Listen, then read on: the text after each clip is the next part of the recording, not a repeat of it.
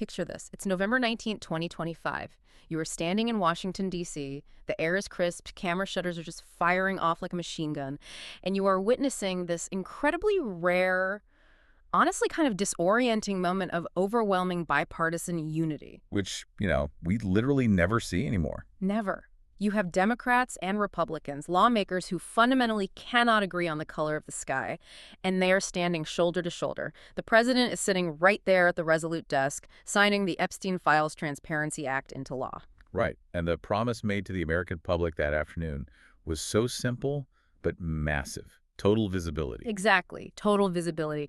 The law demanded that every document, every photograph, every FBI interview summary related to Jeffrey Epstein's decades-long dark network of abuse, all of it had to be dragged into the sunlight. It was billed as the definitive end of the secrets. It was supposed to be a forced reckoning, right? A legal mandate that completely bypassed all the usual bureaucratic gatekeeping to just throw open the vault. And the public was finally going to see the mechanics of how this massive systemic machinery of exploitation actually operated. Yeah. And more importantly, who was protected by it?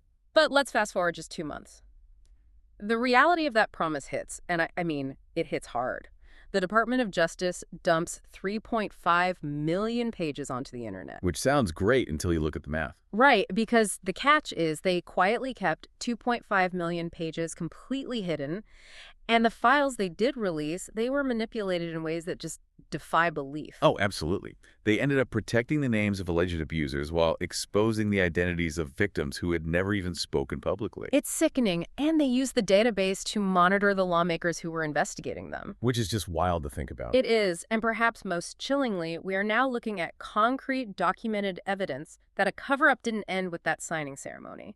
The cover-up merely adapted. It is happening right now, executed by the very government that promised to stop it. Which really turns this from a historical tragedy into an active, ongoing crisis of institutional integrity. I mean, they offered the illusion of compliance to maintain the reality of secrecy. Welcome to this deep dive. Our mission today is to act as your personal investigative board. We have the source material, the timelines, the leaked memos, and the massive journalistic investigations that followed this release. We're laying it all out. We are going to map out exactly what was put out there, what was held back, who the government is actively shielding, and the deeply unsettling anomalies buried in the metadata. Okay, let's unpack this. We should probably start with the law itself. Because to understand how badly the Department of Justice derailed this, you have to understand the sheer, undeniable force of the mandate they were given. That is the perfect place to start. Because this legislation was not just some polite request from a single oversight committee. This was the Epstein Files Transparency Act. Right. And the mechanism used to force it into existence is crucial to understanding the political pressure behind it. It didn't casually weave its way through the standard committee process. No, it was forced directly to the House floor by Representative Thomas Massie using a mechanism called a discharge petition. Exactly. I want to pause right there, because for anyone who doesn't follow the super arcane rules of congressional procedure, a discharge petition just sounds like, another piece of paperwork. How difficult is it to actually pull one of those off? It is exceptionally difficult. It's essentially a legislative rebellion. In the normal course of business, a bill goes to a committee, and the committee chairperson has enormous power. They can just put the bill in a drawer and never schedule a vote on it. Right. The classic graveyard for bills. Yeah, it happens all the time. But a discharge petition completely bypasses that leadership structure. It requires 218 signatures, an absolute majority of the House of Representatives, physically signing a document on the House floor to force a vote regardless of what the leadership wants. So it's essentially the rank-and-file members mutinying against the gatekeepers because the demand is too loud to ignore. Precisely. When Massie hit that 218 signature threshold on November 12, 2025, it was a glaring signal that the political pressure from the public had reached a boiling point. Nobody wanted to go on the record as the person standing in the way of exposing this network. Of course not. That would be political suicide. Exactly. Once that dam broke, the bill passed the House, sailed through the Senate with unanimous approval, and went straight to the president's desk. And the language of the mandate was unequivocal. Crystal clear. The DOJ and the FBI had exactly 30 days. That gave them a hard deadline of December 19, 2025, to release all files publicly, unredacted, and in a searchable format. And they also had to hand Congress a specific, unredacted list of all government officials and politically exposed persons named in those files. Yes. the legislative branch gave the executive branch a direct, non-negotiable order. 30 days. So December 19 comes, and the DOJ completely blows past the deadline. It ignores it. Right.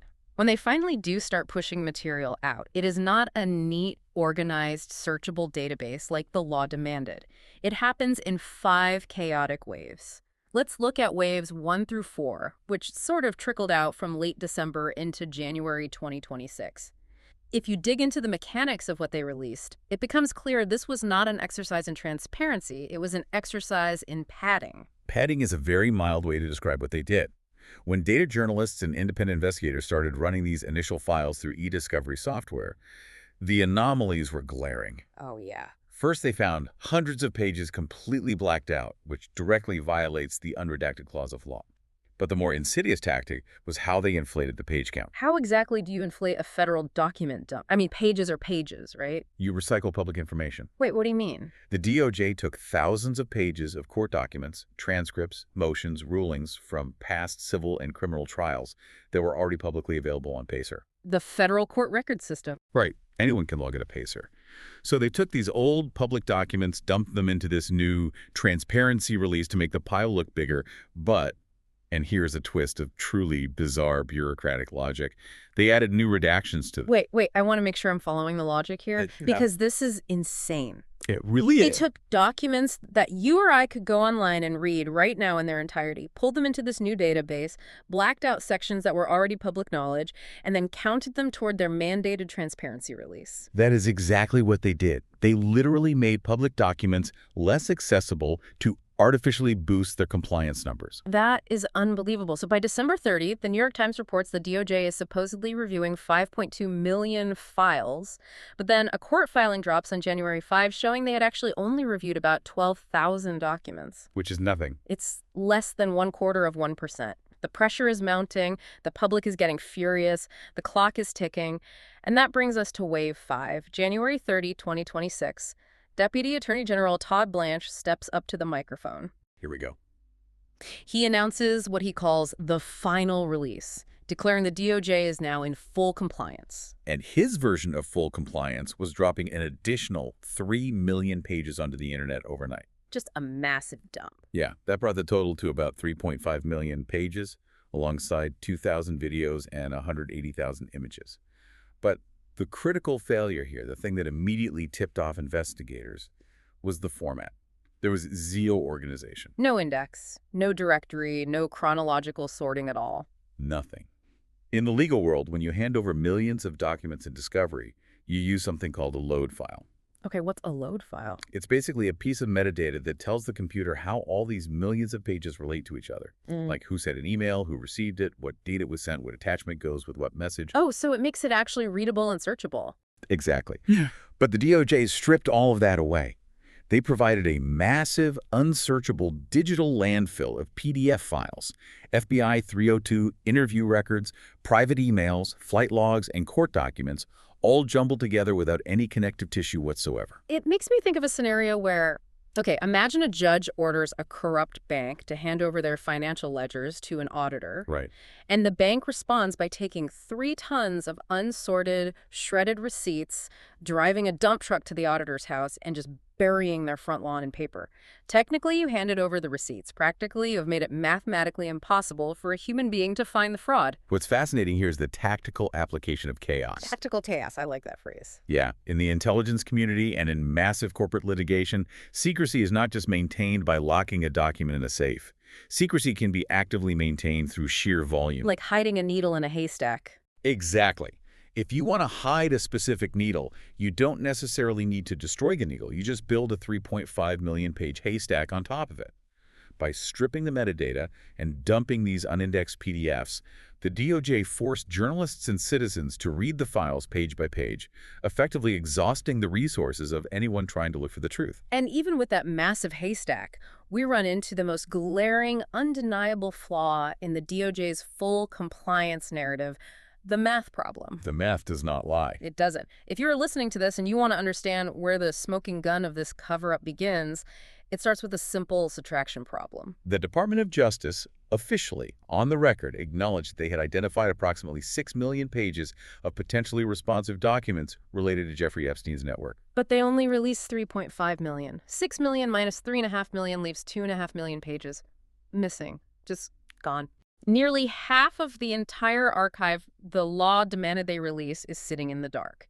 So when lawmakers look at this massive mathematical discrepancy and ask the obvious question, like, where's the rest of it?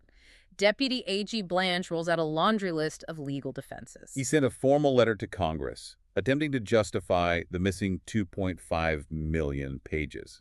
He claimed roughly 200,000 pages were withheld under specific legal privileges, mainly deliberative process privilege and attorney-client privilege. Let's break those terms down because the government throws them around like a magic shield whenever they don't want to answer questions. What do they actually mean in this context? So, attorney-client privilege is straightforward, right?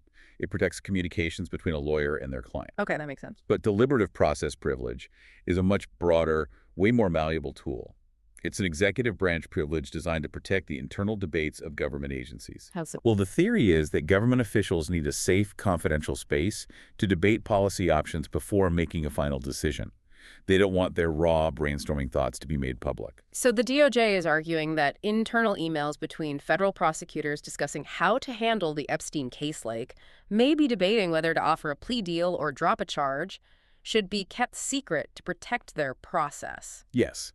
But the counterargument, and the reason Congress was so furious, is that the Transparency Act explicitly overrode those standard protections.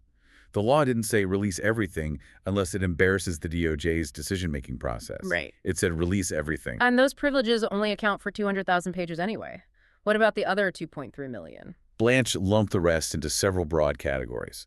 He cited materials containing child sexual abuse material, or CSAM, which legally cannot be distributed under any circumstances. Which everyone agrees with. No one is arguing that should be released. Right, absolutely. Right. But then he cited victim privacy protections, information pertaining to ongoing investigations, duplicate documents, and finally, files in foreign languages that they claimed could not be technically uploaded. I have to stop on that last one. Technically uploaded because it's in a foreign language. It is 2026. You can take a photograph of a menu in Turkish or French, and a smartphone will translate it in real time. Yeah, the technology is ubiquitous. We have artificial intelligence models that can ingest a 5,000-page foreign language document and summarize it in 3 seconds. But the Department of Justice, with a budget of billions of dollars, cannot upload a PDF to a website because it has foreign characters. It's an insult to the public's intelligence. It strains credulity to the breaking point. Yeah. And the legislative branch saw right through the bureaucratic doublespeak. The fury on Capitol Hill was immediate, and again, entirely bipartisan. Which is saying something.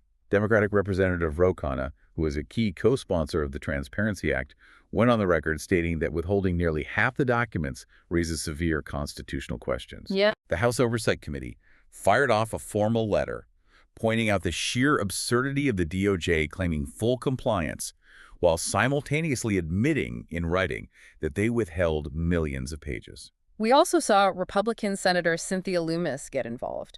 Because she has the appropriate security clearances, she was actually allowed into a secure reading room, a SCIF, to view some of the unredacted files that the DOJ was hiding from the public. Right. She actually got to see behind the curtain. She comes out of that room on February 9, and her reaction is telling. She essentially says, okay, now I see what the big deal is. The members of Congress pushing this were not wrong. And on that exact same day, you have Democratic Representative Jamie Raskin flat out accusing the DOJ of orchestrating a cover-up. Which sets the stage for a massive constitutional collision. The legislative branch realizes the executive branch is openly stonewalling. Congress has the constitutional authority of oversight. So they summon Attorney General Pam Bondi to explain the missing 2.5 million pages.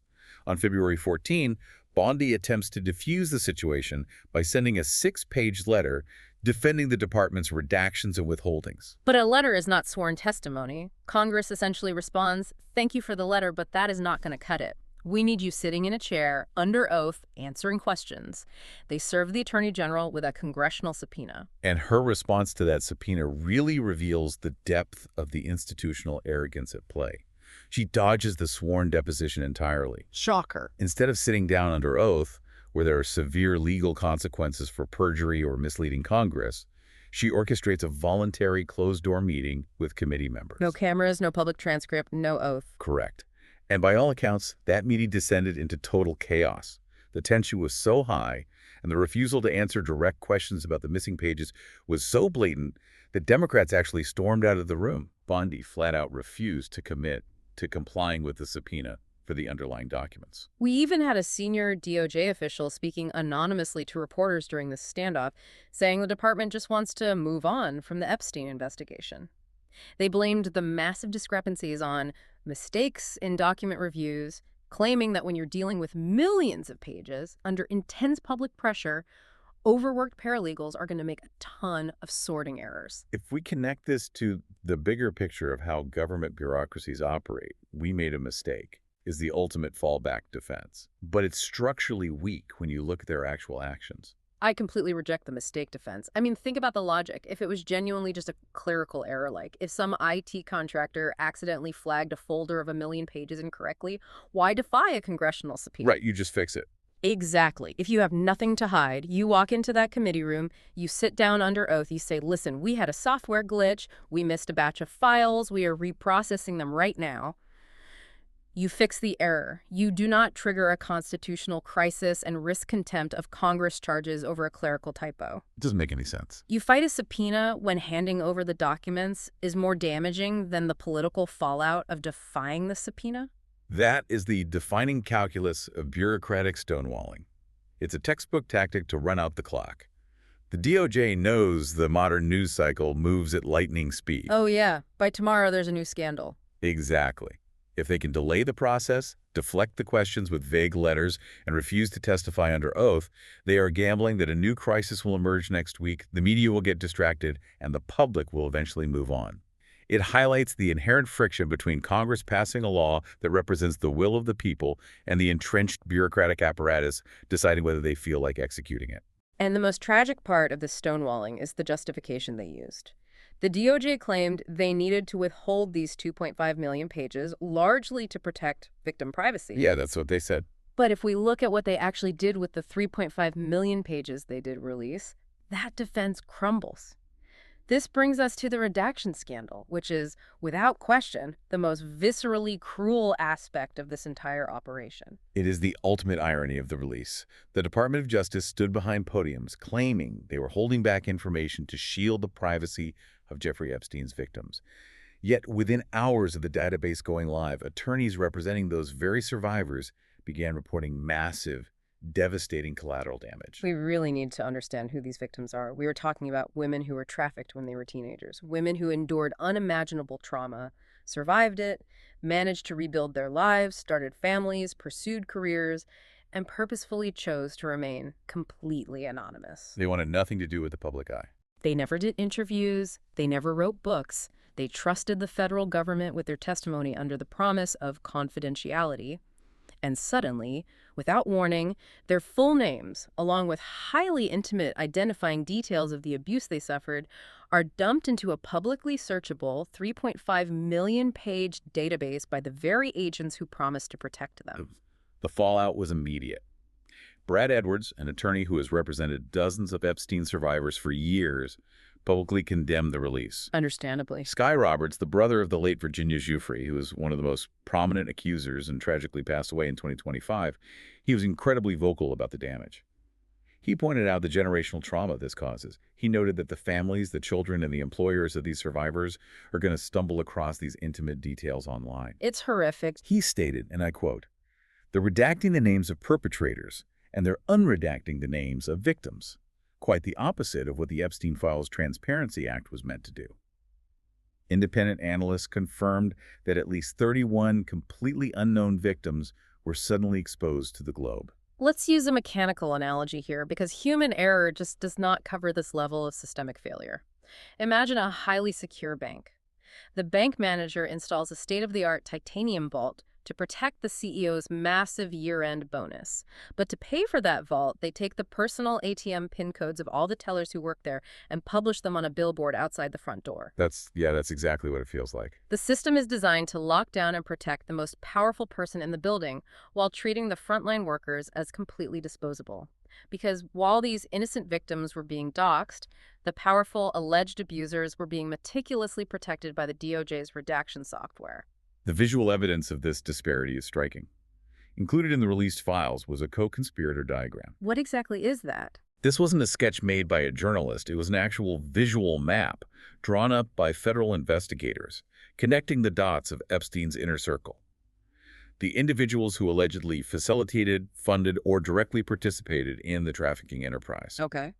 But when the DOJ released this map, several of the key figures were hidden behind thick black redaction bars.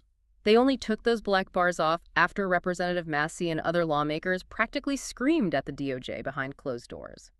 Only after intense, sustained political pressure did the DOJ finally unredact the diagram, revealing the names of billionaire Les Wexner, the founder of L Brands, and Sultan Ahmed bin Sulayem, an incredibly wealthy Emirati businessman. It's unbelievable. It shouldn't require a member of Congress threatening a federal agency to reveal the name of a billionaire suspected co-conspirator on a document that is legally mandated to be public. The hypocrisy wasn't just in legal documents either. It extended to bizarre, almost comical links.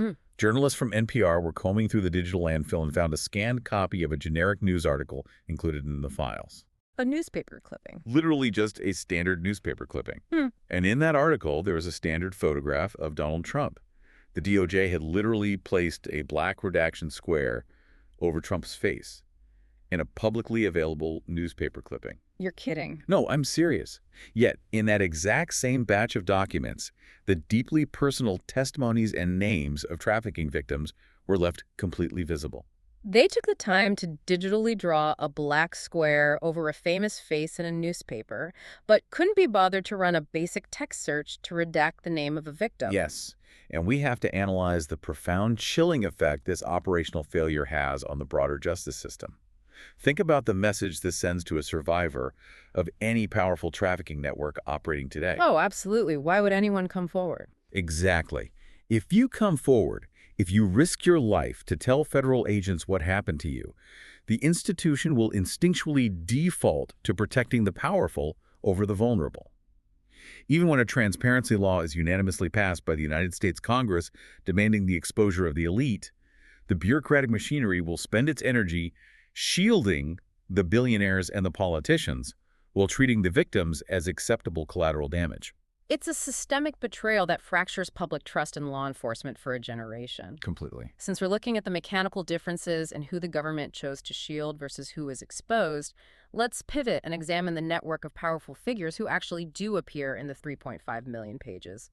Because despite the DOJ's best efforts to redact the elite, the sheer volume of the data means thousands of connections were laid bare. Before we delve into the specific names that surfaced, we must explicitly state the parameters of this analysis with strict impartiality.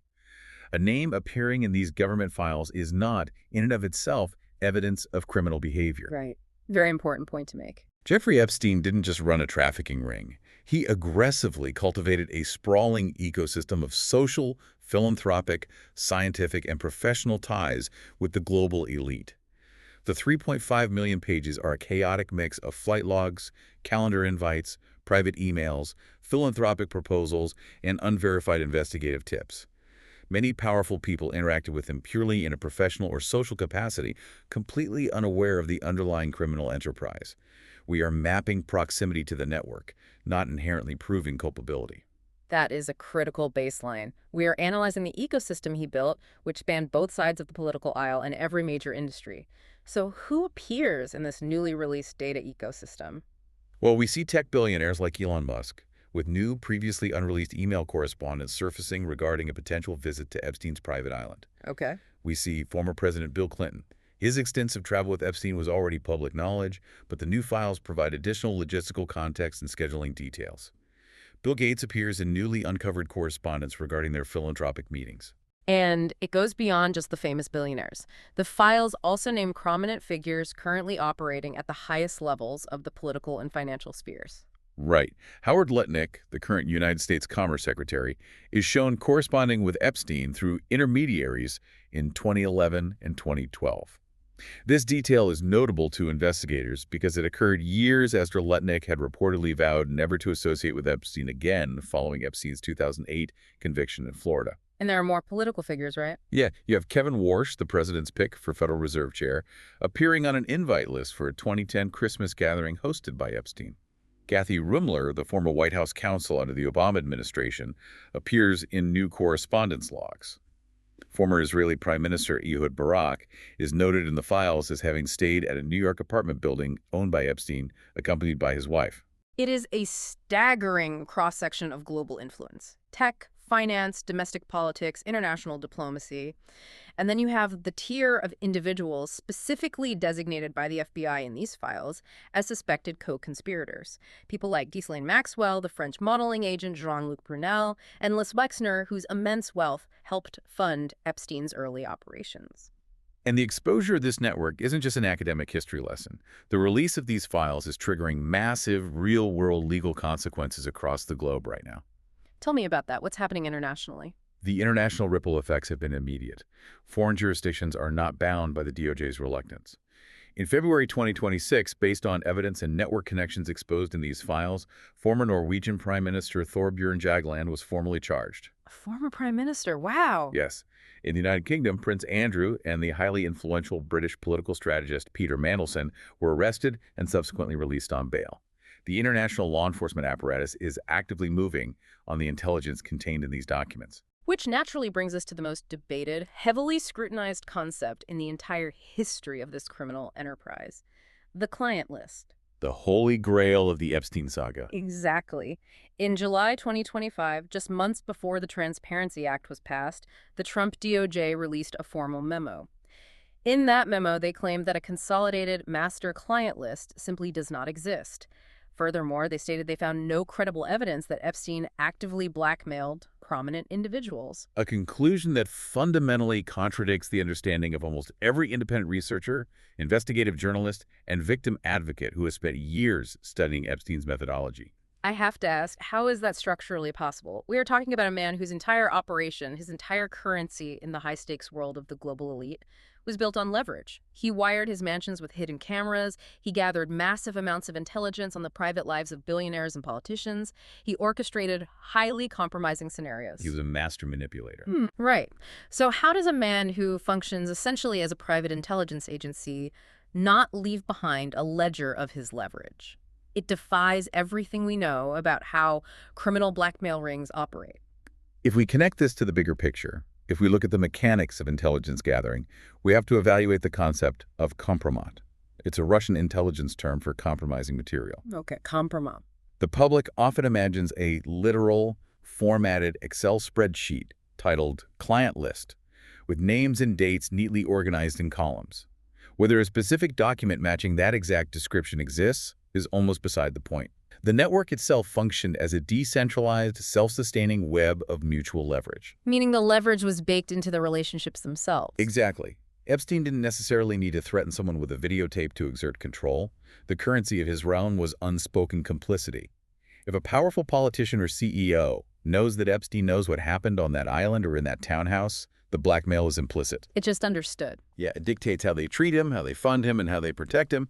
However, for the DOJ to issue a definitive statement declaring no blackmail occurred, while they are simultaneously actively hiding 2.5 million pages of investigative evidence, it requires a leap of faith that the public, the media, and Congress are no longer willing to take. You cannot declare a definitive absence of evidence while locking the evidence room. Beautifully put. You just can't. Here's where the methodology of the DOJ's redactions gets incredibly specific and highly alarming. I want to remind our listeners again, as we move into this next segment, we are evaluating the government's compliance with the transparency law. We are analyzing how federal agencies handle data. We are not validating uncorroborated allegations. Right, that distinction is paramount. But from that massive, broad web of global power, we have to zero in on the single most explosive investigative finding of this entire 3.5 million-page release, the NPR bombshell. On February 24, 2026, National Public Radio published an exhaustive investigation revealing that the Justice Department had actively removed and withheld dozens of pages of FBI files specifically related to allegations concerning the sitting president, Donald Trump. Let's lay out exactly what the journalists at NPR uncovered, step by step. The files in question centered around an allegation from a woman who claimed that around 1983, when she was approximately 13 years old, Epstein introduced her to Trump. Now, it is vital to state that this is a decades-old, uncorroborated allegation. But what matters to our investigation today is not the allegation itself, but the mechanical process of how the FBI and the DOJ handle the paperwork documenting it. To understand the gravity of this, you have to understand what a 302 is. In the FBI, when a special agent interviews a witness or a subject, they don't just take rough notes on a legal pad. They draft a formal document called an FD 302. Right. It is a highly structured, official summary of the interview. It is a foundational piece of evidence in any federal investigation. The FBI interviewed this specific woman 4 separate times. And from a procedural standpoint, 4 interviews is significant. Highly significant. Federal agents manage massive caseloads. You don't bring a subject in for 4 separate documented interviews unless the Bureau takes the baseline of the allegation seriously enough to meticulously document the timeline and pursue the investigative leads generated by those conversations. To track these documents, NPR journalists utilized a forensic accounting method. They cross-referenced FBI case file logs, massive troves of discovery documents released during the Ghislaine Maxwell criminal trial, and the sequential serial numbers known in the legal world as Bates stamped on the documents within the DOJ's new public database. Bates stamping. This is how lawyers ensure no pages go missing, right? Every single page gets a unique sequential number. Page 100, page 101, page 102. So if you are reading a file and it jumps from page 102 to page 115, you instantly know 12 pages have been extracted. Precisely. It leaves a mathematical footprint. And what NPR found by tracking those sequential numbers was that there were dozens of pages, more than 50 pages of these formal SBI 302 interview summaries and agent notes from conversations with this woman that were cataloged by the DOJ, but conspicuously missing from the public database. And the manipulation was dynamic. It wasn't just that the DOJ forgot to upload a folder. NPR's digital footprint analysis found that some of these specific documents were briefly posted on the public site, then intentionally taken down, scrubbed from the server, and withheld. When NPR went to the DOJ with this proof, when they essentially said, we have the serial numbers, we know these 50 pages about the sitting president exist, why did you delete them? The DOJ initially refused to answer on the record. Typical. But as the reporting gained traction and the political heat intensified, the DOJ suddenly reversed course. On March 5, they released 16 of those previously withheld pages, and their official explanation for why they were hidden in the first place. They claimed the files were incorrectly coded as duplicative. Oh, come on. In the realm of massive e-discovery, duplicative coding means the software identified 2 files as exact, identical copies and filtered one out to save space. But these were distinct FBI 302 forms from different interview dates. Right. Claiming they were suppressed due to an automated deduplication error is a highly suspect defense, especially given that they were specifically related to the president.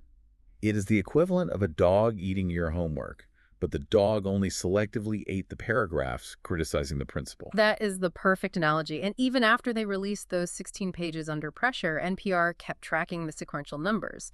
They reported that there are still 37 files related to this specific allegation that are missing from the database. 37 files that we know exist, that the DOJ knows exist, that have been entirely scrubbed from public view. The White House press office responded to the controversy by issuing a statement saying Trump has done more for victims than anyone and is totally exonerated. But here's where it gets really interesting. Look at the mechanics of this from a crisis management perspective. If a transparency law demands that every single piece of paper be released, doesn't selectively hiding uncorroborated, 40-year-old files about the president actually create exponentially more suspicion than if you just dump them out with the rest of the 3.5 million pages. It is the ultimate catastrophic manifestation of the Streisand effect. By attempting to sanitize the database, by manipulating the Bates numbering and altering the server uploads to hide these specific 302 forms, the DOJ took an old, uncorroborated allegation that might have been lost in the noise of a 3.5 million page data dump and transformed it into a massive, contemporary, undeniable scandal about a government cover-up. If they had just thrown it in with the flight logs and the court docs, it might have been a 2-day story on cable news. Exactly. By actively hiding it, getting caught deleting it, and then offering a flimsy coding error excuse, They have weaponized the absence of those 37 files. They proved to the public that there was a conscious, directed effort inside the DOJ to manually filter the release based on the political consequence of the material.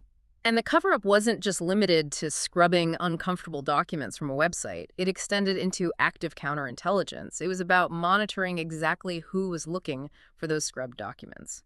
This brings us to mid-February 2026, and a revelation that shifts this entire saga from a story of bureaucratic incompetence to something that resembles a Cold War surveillance state. We are talking about the surveillance scandal. Because of the missing files and the heavy redactions in the public release, the DOJ set up a system to supposedly appease lawmakers. They allowed members of Congress to log into a highly secure server to view unredacted versions of the Epstein files. What the lawmakers were not explicitly warned about, however, was that the DOJ had configured the server to secretly log their specific search histories. The executive branch was actively tracking exactly which files, which names, which dates, and which documents every individual member of the legislative branch was querying. Let's unpack the gravity of that. A secure server is not just a regular website. Lawmakers go into a SCIF, a sensitive, compartmented information facility. They surrender their phones, they log into a terminal, and while they're sitting there trying to investigate why the DOJ is hiding 2.5 million pages, the DOJ's IT department is recording every single keystroke. Congressman X just searched for Donald Trump 302s. Senator Y just searched for Les Wexner financial ties. It's staggering. The outrage on Capitol Hill was atomic. You have Progressive Representative Pramila Jayapal calling it an outrageous violation. You have Conservative Representative Nancy Mace calling it blatant intimidation. House Speaker Mike Johnson formally condemned it as highly inappropriate. On February 13, House Democrats officially launched a formal investigation into the DOJ over this surveillance. Because think about the psychological effect. So, if you are a lawmaker trying to investigate a cover-up and the agency executing the cover-up is watching you pull the threads, that is not just data collection. That is intimidation. the DOJ attempted to spin the surveillance as a standard security protocol. They released a statement claiming they log all searches on the secure server to protect against the unauthorized release of victim information. Which sounds noble, but But from a cybersecurity and data management perspective, that defense is deeply flawed. As lawmakers quickly pointed out, tracking which specific congressman is searching for which specific term does not protect a victim's identity. If a lawmaker leaks a document, the leak is the violation, not the search. Logging the specific search queries protects the DOJ. oh, absolutely. It allows the executive branch to map out exactly what theories the oversight committees are pursuing, giving DOJ a massive tactical advantage in preparing their legal defenses. It raises a terrifying constitutional question. Was this real-time surveillance data being reported uttered to the very officials the lawmakers were investigating? It is a massive violation of the separation of powers. The watchers were putting the lawmakers under the microscope. But if we are discussing documents and data points that completely defy logical explanation, we must address the most surreal anomaly in the entire 3.5 million pages: the death document. This is where things get truly bizarre. Buried deep in the data dump, investigators found a draft press release from the Department of Justice. It is an official statement announcing the death of Jeffrey Epstein. But the metadata and the date printed on the draft is August 9th, 2019. And for the historical record, Jeffrey Epstein officially died in his cell at the Metropolitan Correctional Center in Manhattan on August 10th, 2019. A day later. The DOJ's official explanation for this chronological impossibility is that it was an unfortunate typo. But let's apply some basic structural logic to how government communications work.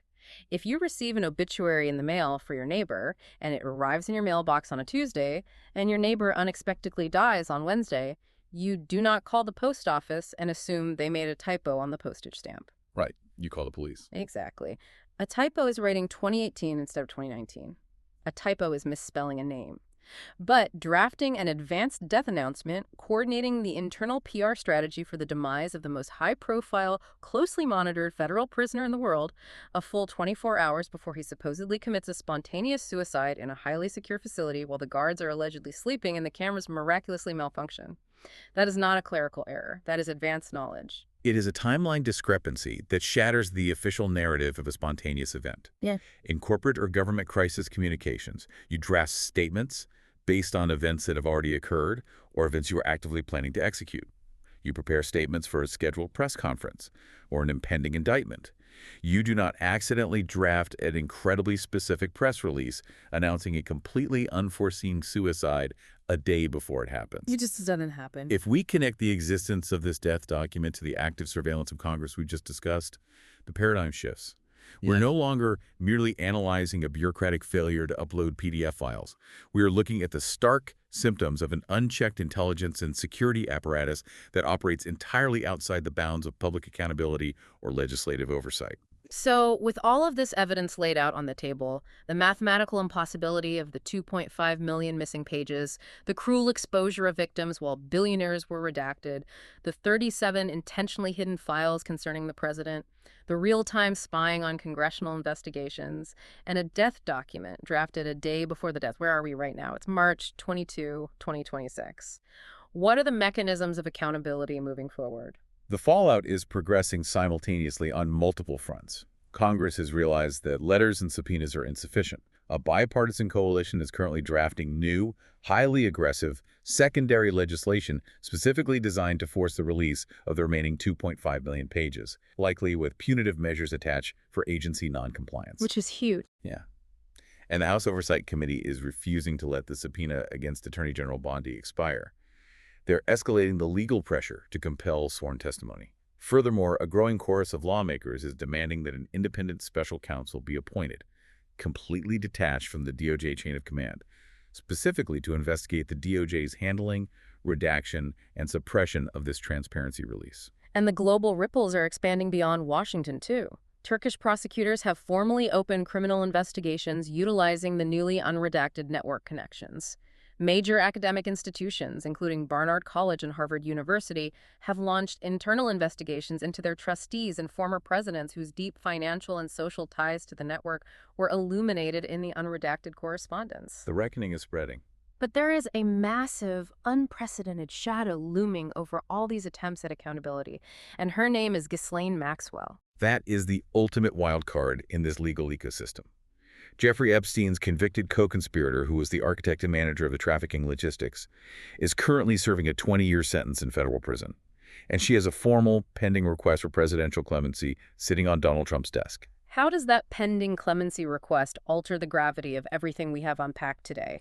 When you look at the 37 missing files, the DOJ's stonewalling, the surveillance, if she receives a presidential pardon, what is the message? It would be the ultimate undeniable demonstration of raw power over legal process. If a congressional transparency law is systematically subverted by the DOJ to hide files related to the president, and then that same president utilizes his absolute unreviewable executive authority to pardon the central logistical operator of the trafficking network, it sends a clear signal to the globe. And what's that signal? It signals that the network was never actually dismantled. It simply retreated behind the absolute, impenetrable shield of executive authority. A pardon would validate every single fear the victims had when they hesitated to come forward, that the system is fundamentally, structurally rigged to protect the elite at all costs. So what does this all mean for you, the listener, trying to make sense of this? Representative Rokana said this law successfully exposed the global elite. And on a surface level, he is right. We saw the names, we saw the flight logs, we saw the calendar invites. But the underlying reality of the Epstein Files Transparency Act is infinitely darker than the promise of its signing ceremony. The grand, sweeping takeaway from this entire saga is a masterclass in the mechanics of institutional power. The Transparency Act proved that when a government agency is legally cornered and forced to be transparent, it will immediately attempt to grade its own exam. Every single time. The cover-up of the Epstein network did not end when the president signed that bill in November of 2025. The cover-up simply evolved. It adapted to the new legal environment. It morphed from the silence of a locked vault into the deafening noise of a 3.5 million-page maze. They kept 2.5 million pages in the dark. They used the trauma of victims as acceptable collateral damage to maintain the illusion of compliance. They put the watchers to work watching the lawmakers. The Transparency Act was supposed to be the final chapter, the clearing of the air. Instead, it was just the prologue to a much more sophisticated era of obfuscation. And this leaves us with a final critical paradigm shift to consider. If a chaotic dump of 3.5 million disorganized, heavily redacted, digitally manipulated pages, a database where victims are doxxed, billionaires are shielded, and lawmakers are actively spied on, if that is what the government confidently defines as full compliance with the federal transparency mandate, What exactly does it look like when they actively decide to keep a secret? Keep your eyes on those 37 missing files. Because somewhere in that muddy, broken, manipulated digital landscape we just mapped out, the truth is still fighting to get out. Thanks for joining us on this deep dive.